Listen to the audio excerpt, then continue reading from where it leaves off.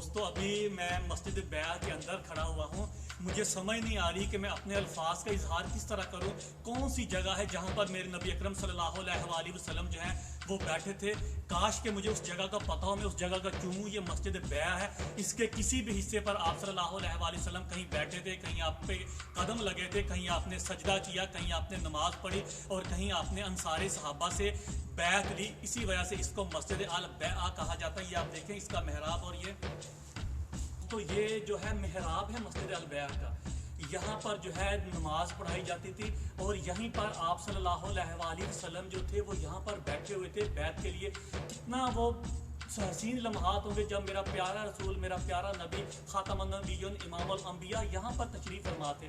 بہت بابرکت جگہ ہے, روحانی جگہ ہے. یہاں پر میرے نبی اکرم صلی اللہ علیہ وسلم اس جگہ پر, اس مسجد میں آپ صلی اللہ علیہ وسلم بیٹھا کرتے تھے, بیعت لیا کرتے تھے, اسلام کی تبلیغ کیا کرتے تھے. یہ وہ جگہ ہے مسجد البیع, یہ اس کا محراب ہے.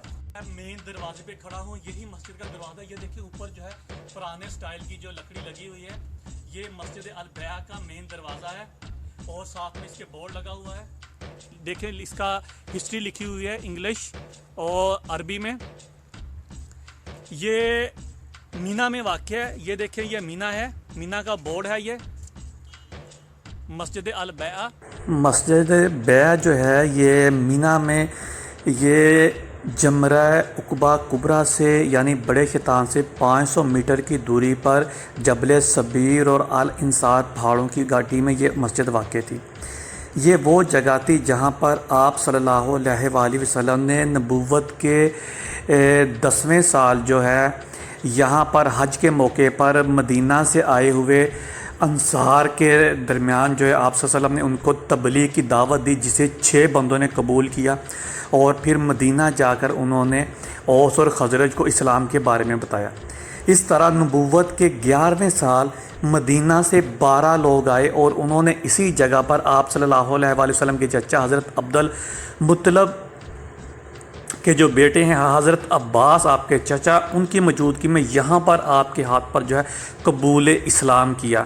اور اس کے بعد نبوت کے 13ویں سال, بعثت کے 13ویں سال 75 مرد و خواتین مدینے سے آئے جن کا تعلق اوس اور خزرج دونوں قبیلوں سے تھا. انہوں نے اسی جگہ پر آپ کے ہاتھ میں بیعت کی.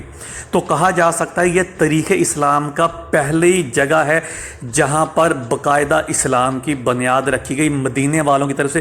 یہاں پر مدینہ کی بنیاد رکھی گئی, مملکت مدینہ کی بنیاد رکھی گئی, اور پھر یہی راستہ آگے چل کر ہجرت مدینہ کے لیے اس نے راستہ ہموار کیا اسی جگہ نے.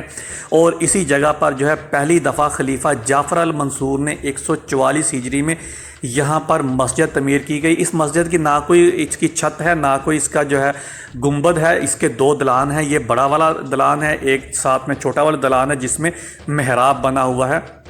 اور یہ بہت بابرکت اور مقدس جگہ تھی جس نے مدینہ کی بنیاد رکھی, جس نے مسجد نبوی کی بنیاد رکھی, جس نے مسجد قباء کی بنیاد رکھی, اور آپ صلی اللہ علیہ وآلہ وسلم اور مہاجرین کا مدینہ میں جانے کا راستہ ہموار کیا. اور اس کے بعد پھر آپ صلی اللہ علیہ وآلہ وسلم نے کچھ صحابہ کو مدینہ روانہ کیا تاکہ وہ وہاں مزید اسلام کی تبلیغ کریں. تو یہ تاریخ اسلام کی بہت اہم جگہ ہے. یہ مینا میں پہلے یہ پہاڑوں پہ چھپی ہوئی تھی, ابھی جب سائڈوں سے پہاڑوں کو کاٹا گیا تو یہ مسجد نبودار ہوگی. یہ بالکل اسی پرانی شکل میں, یہ اوپر کنگرے, یہ اس کی جو سٹائل ہے, جو ڈیزائن ہے وہ اسی طرح کا ہے جو آج سے 1400 سال پہلے تعمیر کیا گیا تھا. ابھی بھی یہ سیم ویسا ہی ہے.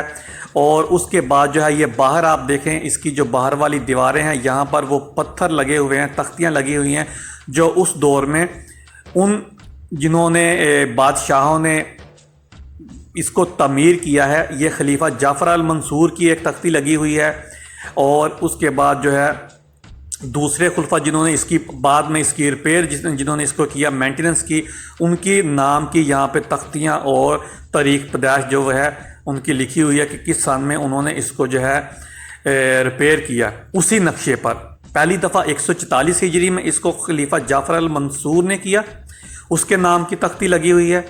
اور اس کے بعد جو ہے 629 جو ہے ہجری میں خلیفہ المستنصر باللہ جو ہے اس نے اس کو دوبارہ تعمیر کیا. مسجد البیع بہت بابرکت مسجد ہے. اور جب ان جگہوں پہ یہ دیکھیں یہ تختی لگی ہوئی ہے, خلیفہ جعفر المنصور کے نام کی.